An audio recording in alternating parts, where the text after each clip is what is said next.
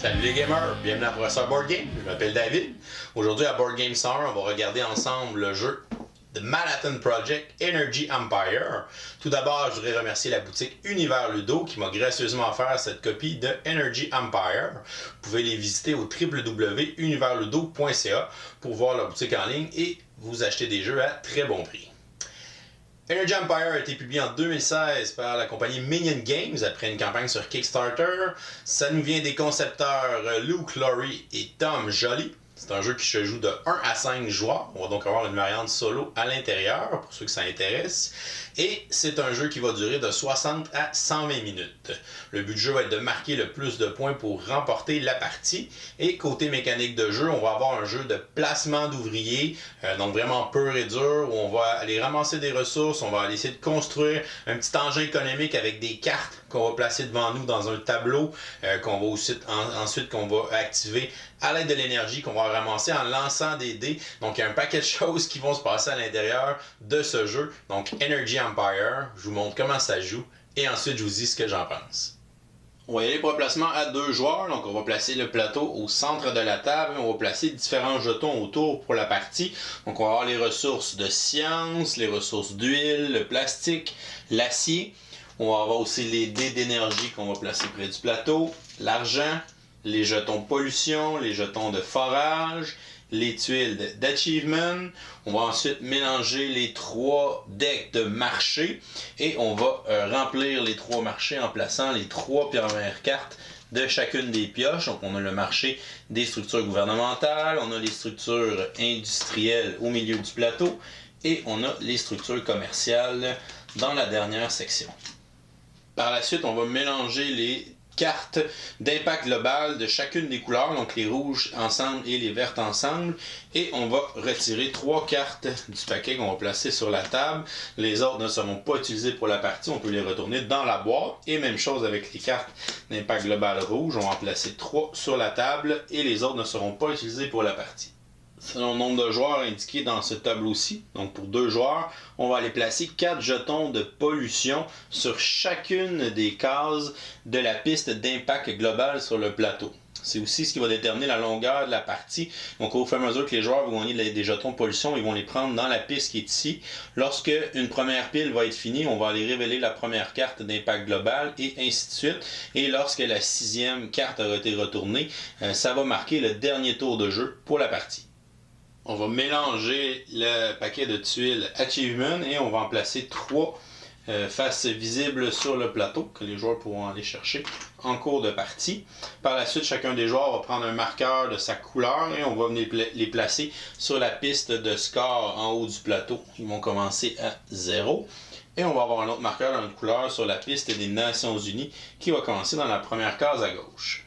Dernière chose, on va placer sur le plateau, dans une partie à 2 joueurs, on va placer des ouvriers neutres, donc d'une couleur qui n'est pas utilisée, et on va en placer un dans chacun des espaces des 3 marchés sur le plateau. Chacun des joueurs va recevoir un plateau personnel avec ses jetons d'énergie à sa couleur. On va en avoir 10 et on va avoir 6 ouvriers aussi à sa couleur. Les joueurs vont commencer avec 3 ouvriers sur leur plateau. Donc les 3 autres vont être mis de côté, vont pouvoir être achetés plus tard pendant la partie. Avec l'énergie, on va commencer avec 2 énergies sur notre plateau. Et les 8 autres, on va pouvoir les générer pendant la partie, les dépenser et en gagner d'autres éventuellement. Ensuite, chaque joueur va recevoir un jeton pollution qu'ils vont placer dans la première case du ciel en haut à gauche du plateau. On va ensuite donner à chacun des joueurs 2 cartes de nation et 2 tuiles d'achievement. Les joueurs vont en garder une des 2. Donc ici, je réchante le Canada et la France. C'est un dur choix, mais on va y aller avec le Canada. Et pour les 2 achievements, donc on va les regarder et on va ensuite en choisir un des 2. Donc c'est une façon de marquer des points. Donc lui, je peux marquer des points selon les jetons de science que je vais avoir en fin de partie. Et lui, si mon plateau, mes forêts ne sont pas polluées, je vais marquer des points. Donc comme je joue le Canada, je vais garder les belles forêts comme achievement, je vais le placer face cachée sur mon plateau. Et l'autre tuile va être remise en dessous de la pile de tuiles achievement. Sur notre carte de nation qu'on a choisie, on va avoir nos ressources de départ, ce qui va être différent pour chaque pays. Donc le Canada va commencer avec 2 barils d'huile que j'en ai placés sur mon plateau. Donc on a un endroit pour chaque ressource ici dans le bas pour être bien organisé. On va avoir un jeton d'acier qu'on va placer sur notre plateau et 2 jetons de science qu'on va placer sur notre plateau qui sont nos ressources de départ. Ensuite, on va choisir le premier joueur qui est le joueur qui a dépensé le moins d'essence pour s'en venir au lieu où on est en train de jouer la partie. Le premier joueur va pouvoir débuter la partie et les autres joueurs vont recevoir un bonus d'$1 pour chaque joueur dans l'ordre de tour de jeu. Donc le deuxième joueur va recevoir 1, le troisième joueur va recevoir 2, etc. jusqu'à temps qu'on arrive au dernier joueur. À son tour de jeu, un joueur va avoir 2 options. Donc soit qu'il vient travailler, s'il choisit de travailler, c'est là qu'il va placer des ouvriers sur le plateau, sur les différents endroits où on retrouve la silhouette de l'ouvrier ici en blanc. Donc on a un total de 13 endroits qu'on peut aller sur le plateau. Ensuite, le joueur va pouvoir activer les cartes qui sont dans son tableau, qui correspondent à la couleur de la zone où il est allé sur le plateau. Ça, on va revenir un petit peu plus tard. Et la deuxième option qu'un joueur peut faire, c'est de générer de l'énergie. C'est aussi ce qui va permettre aux joueurs de ramasser leurs jetons d'ouvriers qui sont sur le plateau, de les regagner et de générer des nouveaux jetons d'énergie.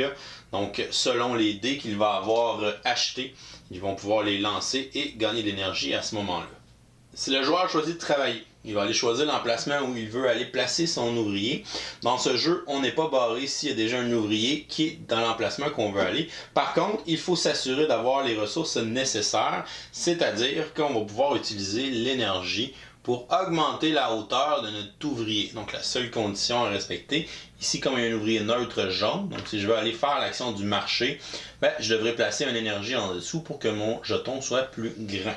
Je pourrais, si je veux, en placer un deuxième pour dépasser la pile de 2, ce qui rendrait l'accès plus difficile pour l'autre joueur s'il veut venir au même endroit. On ne peut jamais empiler des ouvriers un par-dessus l'autre, donc il faut obligatoirement que ce soit des jetons d'énergie qui soient en dessous de l'ouvrier. On va maintenant faire le tour des différents endroits qu'on peut aller sur le plateau avec nos ouvriers et leurs effets. Donc si je viens au marché, donc ça va être la même chose dans n'importe quel des 3 marchés, je peux acheter une des 3 cartes qui est disponible en payant le coût qui est indiqué en haut, soit le coût en argent ou soit le coût en ressources. Donc ici, ça peut être de l'argent ou des ressources de science. Donc je paie un des deux et je vais prendre la carte appropriée. Je vais payer ici une ressource de science, je vais prendre la carte et je vais la placer dans ma zone de jeu. Lorsqu'on achète une carte au marché, on va glisser les cartes vers la gauche et ensuite on va rafraîchir pour qu'il y ait toujours 3 cartes au marché. Pour l'action de recherche scientifique, on va gagner une ressource de science qu'on va aller ajouter à notre réserve personnelle et ensuite on va avoir le droit d'aller regarder une des 6 cartes d'impact global pour savoir ce qui va s'en venir plus tard dans la partie. Donc c'est des informations qui vont être très utiles pour bien se préparer avant que la carte soit révélée. Pour l'action d'éducation, lorsqu'on va retrouver une flèche, c'est qu'on doit payer le coût qui est à gauche. Donc on doit payer 3$ et on va gagner un ouvrier de notre réserve qu'on a tout de suite ajouté sur notre plateau. Cet ouvrier-là sera disponible à utiliser au tour suivant. Et on va aussi gagner un jeton de pollution qu'on doit placer sur notre plateau personnel dans un endroit qui n'était pas encore pollué. Pour l'action de nettoyage, ça va nous coûter une ressource de science et on va pouvoir aller faire 2 nettoyages sur notre plateau personnel. Lorsqu'on fait l'action de nettoyage, ça va être pour enlever les jetons qui sont sur notre plateau personnel et qui polluent. Donc les jetons de pollution, les jetons de radioactivité et les jetons de forage d'huile. Chaque case qui est non polluée à la fin de la partie va nous donner un point de victoire et aussi on va avoir des bonus pour les rangées. Les 3 dernières rangées, si elles ne sont pas polluées du tout, on va marquer des points en fin de partie. Avec une action de nettoyage, on peut tout simplement enlever un jeton de pollution de notre plateau. Donc ici on a 2 jetons de nettoyage, on a 2 fois l'action, on pourrait enlever ces 2 jetons-là. À la place, on pourrait aussi enlever la radioactivité. Donc avec une action de nettoyage, on peut tout simplement retourner le jeton de l'autre côté pour qu'il devienne un jeton de pollution normale. Et ensuite, avec ma deuxième action de nettoyage, je pourrais le retirer de mon plateau. On peut aussi retirer un jeton de forage avec une action de nettoyage. L'action de la mine va tout simplement me donner une ressource d'acier qu'on va acheter sur notre plateau personnel. Pour l'action de chimie, on va devoir payer un baril d'huile de notre réserve et on va le transformer en 2 jetons de plastique, un jeton de science et on va gagner un jeton de pollution qu'on va aller ensuite placer sur notre plateau personnel. Pour l'action de forage, le joueur va aller placer un jeton de forage sur un des endroits disponibles où il y a une petite goutte d'huile sur son plateau. Donc on a 4 endroits comme ça. S'il est déjà pollué, on ne peut pas évidemment retourner mettre un autre jeton par-dessus. Donc on a le forage aquatique ou le forage dans la forêt. Donc on va prendre la face correspondante et le placer sur une des gouttes d'huile disponibles et ça va nous donner 3 ressources d'huile qu'on va tout simplement ajouter à notre réserve personnelle. Pour l'action du Power Plant, les joueurs vont choisir quel dé d'énergie ils veulent acheter et vont devoir payer les coûts correspondants. Donc ici on a les dés verts pour l'énergie éolienne, on doit payer une ressource de plastique et une ressource de science pour gagner le dé vert. Pour le dé bleu d'hydroélectricité, on doit payer une ressource d'acier, mais on va gagner un jeton de pollution dans une de nos forêts. Si on veut acheter de l'énergie fossile pour le dé noir, on doit payer une ressource d'acier. Et si on veut acheter le dé jaune, qui est l'énergie nucléaire, on va payer une ressource d'acier et une ressource de science. Alors là, le joueur pourrait payer une ressource d'acier de sa réserve pour gagner un dé bleu d'hydroélectricité. La particularité que les dés bleus, c'est qu'on ne peut pas en avoir plus qu'un durant la partie, mais on peut avoir plusieurs fois la même sorte de dé pour les autres couleurs. Une fois que le dé est acheté, le joueur va aller le placer sur son plateau dans un des 5 endroits disponibles pour les dés d'énergie. Pour l'action de finance, on va choisir une des 3 options suivantes, soit de gagner 2 $, soit de gagner 3 $ mais de donner 1 $ aux autres joueurs, ou soit de gagner 4 $ et de donner 2 $ aux autres joueurs. Pour l'action pour acheter ou vendre de l'huile, donc on va pouvoir faire un échange, soit payer le coût du marché où le baril d'huile est rendu et gagner ensuite 3 barils d'huile qu'on va acheter à notre réserve, ou le contraire, prendre 3 barils d'huile de notre plateau et les vendre au prix du marché qui est indiqué sur la piste d'impact global. Finalement, on a la dernière action du plateau qui est l'action d'échanger. Donc les joueurs vont pouvoir faire le nombre d'échanges de leur choix entre l'argent, l'acier, le plastique et les ressources de science. Donc on peut échanger 1 pour les ressources ou on peut échanger 2 $ pour une ressource ou une ressource pour 2 $ et on fait le nombre d'échanges que l'on veut. Lorsqu'un joueur décide de travailler, qu'il va placer son ouvrier sur le plateau, il va faire l'action de l'endroit où il l'a placé et ensuite il va pouvoir aller sur son tableau personnel et activer les différentes cartes de la couleur de la section où il s'est placé sur le plateau. Donc ici on est dans la zone industrielle qui est la zone brune. Donc si le joueur a acheté des cartes brunes et qu'il en a dans son tableau personnel, il va pouvoir les activer à ce moment-là. Pour activer les différentes cartes de structure, il faut que les planches d'activation dans le bas des cartes soient libres, c'est-à-dire qu'il n'y ait pas de jetons d'ouvrier ou d'énergie qui soient placés sur les cartes. Comme on vient de faire une action sur la zone industrielle du plateau, donc la zone brune, le joueur peut, une fois son ouvrier placé et son action faite, venir activer les cartes industrielles qui sont dans son tableau. Donc les 2 cartes ici pourraient être activées. Pour les activer, il va devoir placer des jetons sur les planches d'activation. Lorsqu'on a une planche simple, on doit placer soit un ouvrier ou un jeton d'énergie sur une des 2 planches pour gagner ce qui est écrit sur la carte, dans ce cas-ci, un jeton de plastique qu'on va placer dans notre réserve. Je pourrais placer un deuxième jeton sur la deuxième planche et refaire cette action-là une deuxième fois, comme il y a 2 planches de disponibles. Certaines cartes ont seulement une planche de disponible, on peut seulement faire l'action une seule fois. Lorsqu'on a une planche double, ici, comme notre deuxième carte brune, le joueur doit placer une combinaison soit de 2 ouvriers ou de 2 énergies ou un de chaque. Il doit placer 2 jetons sur la planche double. Donc il pourrait placer un ouvrier et un jeton d'énergie pour activer la mine et il va lui donner 2 ressources d'acier qu'il va placer sur son plateau personnel. En plus des structures de la couleur du plateau où on est allé, on peut toujours activer notre action spéciale de notre carte de nation qui va nous permettre d'avancer sur la piste des Nations Unies. Donc on doit placer soit un ouvrier ou un jeton d'énergie sur la planche d'activation. On doit dépenser une ressource d'acier ici pour le Canada et une ressource de science pour avancer notre jeton d'une case sur la piste des Nations Unies. Et à la fin de la partie, plus on est loin sur cette piste, plus on va marquer de points. C'est à signaler qu'il n'y a qu'un endroit pour la dernière case à 17 points, donc il y a seulement une place. Donc le premier joueur qui va y arriver va être le seul à y être. Et en plus, à la fin de la partie, on va avoir un bonus de 3 points pour le joueur qui est rendu le plus loin sur la piste des Nations Unies. Si le joueur décide de ne pas aller travailler, de ne pas placer d'ouvriers sur le plateau, il va alors choisir de générer de l'énergie. La première chose qu'il va regarder, il va avoir l'option de venir réclamer un des 3 achievements disponibles sur le plateau. Pour le faire, il doit avoir obligatoirement au moins 2 jetons encore de disponibles sur son plateau, donc soit 2 ouvriers, 2 jetons d'énergie ou une combinaison des deux qu'il va venir les placer pour faire l'action de réclamer un des 3 objectifs qu'il va prendre et il va aller le placer sur son plateau personnel face cachée. Par la suite, on va placer le prochain de la pile de tuiles d'achievement sur le plateau pour qu'on ait tout le temps 3 disponibles pour le prochain joueur. Ensuite, les joueurs vont ramasser tous les ouvriers qu'ils ont sur le plateau et vont les ramener sur leur plateau personnel. Même chose sur les ouvriers qui sont sur les cartes de structure, on va les ramener sur notre plateau. Les jetons d'énergie vont être défaussés. S'il nous reste aussi des jetons d'énergie sur notre plateau, on va aussi les défausser. Par la suite, les joueurs ont l'opportunité de dépenser des barils de pétrole pour s'acheter des dés bruns d'énergie pétrolière qu'ils vont pouvoir ajouter à leur dé pour les lancer pour obtenir de l'énergie. Donc, je pourrais acheter un dé brun comme ça. Ensuite, je vais prendre tous mes autres dés d'énergie. Donc, il y aurait un dé brun que j'ai acheté qui est seulement temporaire, qui est seulement pour ce tour de jeu-là. Et j'ai mes 3 autres dés. Là, j'ai de l'énergie hydroélectrique, de l'énergie nucléaire, de l'énergie éolienne que j'ai acheté plus tôt durant la partie.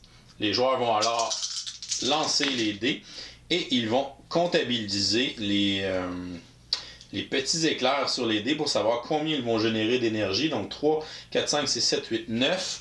Alors le joueur va prendre 9 jetons d'énergie qu'il va gagner et déposer sur son plateau qu'il va pouvoir utiliser dans les prochains tours de jeu. Par la suite, on va regarder si on va polluer notre plateau. Donc, on va regarder lequel des dés a obtenu la face la plus haute. Donc, c'est mes 2 dés ici à 6 qui sont mon dé d'énergie éolienne et mon dé d'hydroélectricité. Ils n'ont pas d'icône de pollution, ce sont des énergies propres. Donc, le plus haut dé, je vais en choisir un des deux. Donc, je vais choisir par exemple mon dé d'énergie éolienne. Comme il n'a pas de symbole de pollution, je ne génère pas de pollution. Par contre, si j'avais roulé un petit peu moins haut avec ces dés-là, et que j'avais roulé par exemple un 5 sur mon dé d'énergie nucléaire, comme ce serait lui le plus haut dans mes 4 dés, je vais gagner une pollution d'énergie nucléaire que je vais devoir placer sur mon plateau personnel à ce moment-là. Et ensuite, on va replacer nos dés d'énergie sur notre plateau. On a le maximum de 5 qu'on peut avoir pendant la partie. Et mon dé brun va être retourné à la réserve. Au fur et à mesure que la partie avance, les joueurs vont gagner des jetons de pollution qu'ils vont toujours venir chercher dans la pile la plus à gauche de la piste d'impact global. Lorsqu'un joueur va gagner un jeton de pollution, qu'il va le placer sur son plateau, donc ici, par exemple dans la forêt, et qu'on va avoir vidé une des piles, on voit qu'il y a le symbole d'une carte d'impact global juste en dessous. Le joueur va terminer son action, mais par contre, on va interrompre son tour et on va aller résoudre la première carte d'impact global qui va être sortie. Donc, il va y avoir plusieurs informations sur cette carte-ci. Donc, premièrement, on va scorer des points selon l'endroit qui est montré sur la carte. Donc, ici, ce serait l'endroit du ciel. Donc, chaque case qui n'est pas polluée sur mon plateau dans le ciel va me donner 1 point de victoire. Les joueurs vont le marquer immédiatement et avancer leur jeton sur la piste de points de victoire. Par la suite, on va regarder à la droite, on va recycler un des marchés. Donc ici, c'est le marché industriel. Et par la suite, on va faire l'effet qui est écrit sur la carte. Donc, je pourrais ici, dans ce cas-ci, je marquerais 3 points de victoire parce que j'ai 3 cases qui ne sont pas polluées sur mon plateau dans le ciel. Donc, j'avancerai mon jeton de 3. L'autre joueur pourrait avoir ces 5 qui sont pas pollués, marquer ses points. Par la suite, je vais défausser les 3 cartes industrielles du marché pour le recycler. Et on va placer 3 nouvelles cartes, tout simplement. Et pour l'effet de la carte, ici, on dit de placer un jeton scientifique sur chaque endroit dans la zone gouvernementale. Donc, quand on place des jetons sur des cases, le premier joueur à aller faire l'action-là en plaçant un ouvrier va gagner la ressource qu'on a déposée sur la case.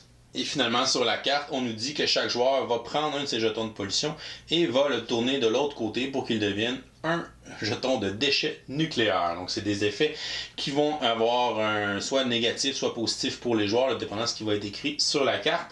Une fois qu'on a résolu la carte, le joueur peut continuer son tour de jeu. Donc, la partie va évoluer comme ça.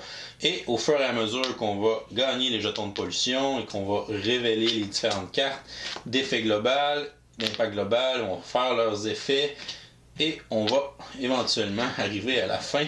Lorsque la dernière carte sera révélée, on va la résoudre. Ensuite, les joueurs vont jouer un dernier tour de jeu et ensuite on va passer au décompte final. Dernière chose à remarquer ici, en bas de l'échelle, la piste d'impact global, on a le prix des barils d'huile. Donc plus on est rendu loin dans la partie, en fait plus les barils de pétrole là, vont valoir cher en argent. Donc c'est le prix qu'on va venir regarder là, quand on va aller faire l'action de vendre ou d'acheter du pétrole. En plus de leurs points qu'ils ont marqués pendant la partie, les joueurs vont marquer des points bonus de différentes façons en fin de partie. On va tout d'abord regarder les cartes de structure qu'on a achetées durant la partie. Donc tous les points qui sont écrits dans les étoiles vont être additionnés et ajoutés à notre score. Par la suite, on va regarder le nombre de dés d'énergie qu'on a acheté pendant la partie. Chaque dé va nous donner 2 points de victoire. Ensuite, on va regarder où on est rendu sur la piste des Nations Unies. Donc ici, je ferai 15 points. Comme je suis le joueur le plus loin, je marque aussi le bonus de 3 ici pour être le leader dans les Nations Unies. Ça me ferait un total de 18 points de plus. Par la suite, on va regarder nos tuiles d'achievement et on va les résoudre. Il est à noter que les joueurs ne peuvent pas avoir plus de 5 tuiles d'achievement au total dans leur plateau.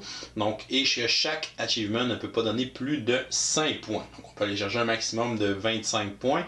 Donc, ici, lui, il va me valoir 1 point pour chaque achievement que j'ai. Donc, il me vaut 3 points. Ici, chaque forêt qui n'est pas polluée sur mon plateau, j'en ai 4 qui ne sont pas pollués. Et finalement, l'autre achievement, pour chaque sorte de ressource, je vais marquer 1 point. Donc, il me reste de l'argent, de l'acier, des sciences et de l'huile. Il va me donner 4 points. Donc, on va additionner ça à notre score. Et finalement, on va regarder notre plateau. Donc, l'environnement qu'on a, tout ce qui est non pollué, va nous donner 1 point par case. Donc, ici, 1, 2, 3, 4, 5, 6, 7 points. Et ensuite, j'ai les bonus pour les 3 dernières colonnes. Donc, malheureusement, la colonne ici, j'ai 2 pollutions. La colonne ici, j'ai une pollution. Mais ma dernière colonne, elle n'est pas polluée du tout. Donc, je marquerai un bonus de 3 points. Celui qui a le plus de points sera le vainqueur. Et si jamais on a une égalité, ça va être les ressources restantes qui vont délimiter l'égalité. Donc ça va être le nombre d'argent divisé par 2, plus le nombre de plastique, plus le nombre d'acier, plus le nombre de sciences, plus le nombre de barils de pétrole qui va départager le gagnant entre les deux joueurs qui ont une égalité. Et voilà, c'est comme ça qu'on joue à Energy Empire. Je vous reviens avec mon opinion personnelle. Qu'est-ce que je pense de Energy Empire? On va regarder les points positifs. Premièrement, le matériel, vous avez vu ça, les jetons d'acier, les jetons, les petits barils qui sont vraiment en forme de barils. C'est vraiment beau, du vraiment beau matériel pour le jeu. C'est un jeu qui avait été sur Kickstarter, donc j'imagine que c'est à cause des stretch goals aussi qui ont été capables d'augmenter la qualité, mais aussi qui ont fait ça pour toutes les copies du jeu, donc pas juste ceux qui l'enchaînent dans le Kickstarter, mais tous ceux qui sont en magasin. Fait que ça, j'aime vraiment ça quand les compagnies font ça. C'est le fun d'avoir des belles composantes, mais c'est le fun aussi de les avoir dans la version qui est en magasin et pas seulement pour ceux qui l'ont kickstarté. Les dés aussi d'énergie sont vraiment cool, vraiment beau le design de ces petits dés-là. Donc vraiment parfait pour le matériel, le visuel du jeu. C'est bien aussi, c'est beau, c'est coloré, c'est attrayant. Donc ça, c'est le fun aussi. Les symboles qu'on utilise dans le jeu, donc les cartes qu'on achète, donc le symbolisme est vraiment simple, c'est facile de voir l'effet que les cartes vont faire, il y a très peu de texte, même si le jeu est juste en anglais, donc 80% des cartes, ça va être des symboles qu'on va avoir à interpréter, à comprendre, donc ça c'est vraiment bien fait, vraiment facile. Le jeu est très fluide, les tours de jeu sont rapides, donc je place un ouvrier, j'active mes cartes, c'est à toi, tu places un ouvrier, tu actives tes cartes, j'active, bon, quand ça revient à moi, je génère l'énergie, donc ça va vraiment vite, donc on n'a pas besoin de trop attendre là, avant que ça revienne à notre tour de jeu. J'ai seulement joué à 2 joueurs, à 2 joueurs ça se joue très bien, donc vraiment le fun, 1 heure et quart.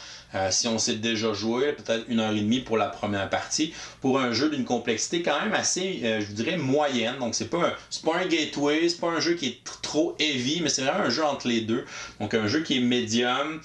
Donc si vous voulez tranquillement aller vers des jeux un peu plus complexes, ben ça peut être, je pense, une autre étape là, après avoir joué des jeux d'introduction, d'aller avec un jeu comme ça, un peu plus corsé, un peu plus de viande, comme on dit, autour de l'os, plus de stratégie, plus d'options.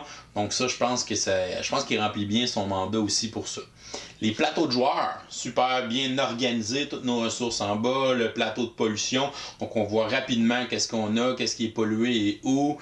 Nos ouvriers sont là, notre énergie est là, on a même la distribution de toutes les dés qu'on peut acheter pendant le jeu. Donc vraiment un super bel aide de jeu, super façon aussi d'organiser nos choses. J'aime ça moi quand c'est organisé dans un jeu de ressources comme ça en plus, où on a un paquet d'affaires à gérer, un paquet de pions un peu partout.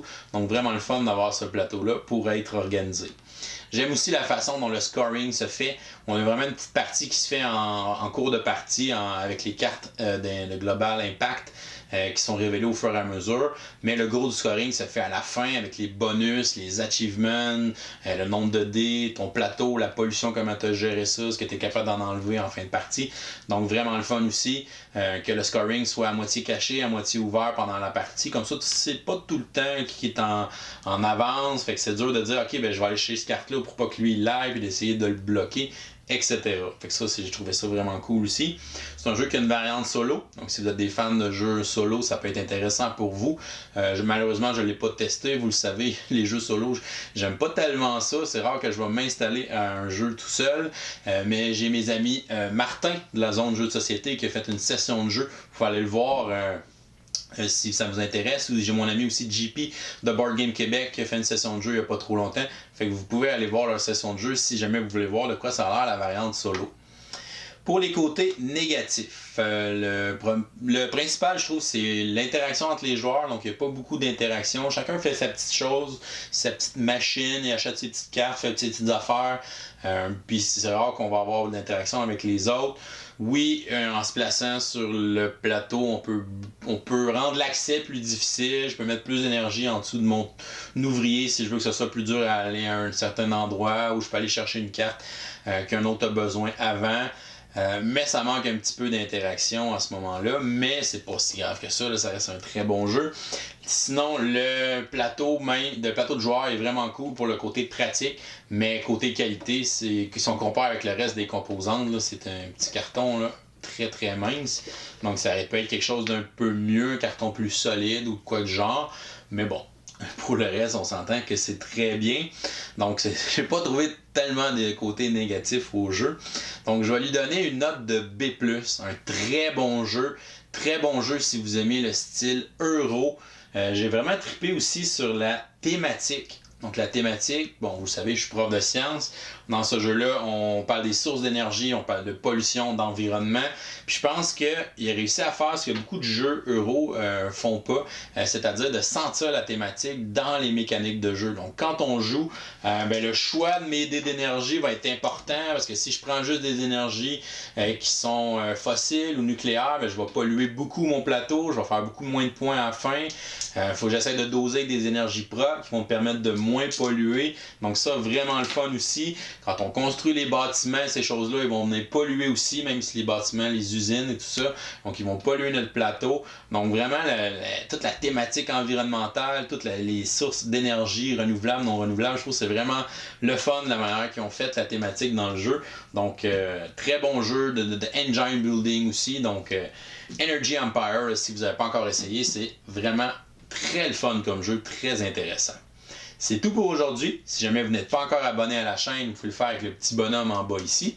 Sinon, vous pouvez nous suivre sur Facebook, Twitter ou Instagram à Professeur Board Game. Venez nous visiter sur passionboardgames.com pour avoir plein de nouvelles et d'actualités sur les jeux de société. Et moi, je vous souhaite une excellente fin de journée et continuez de gamer.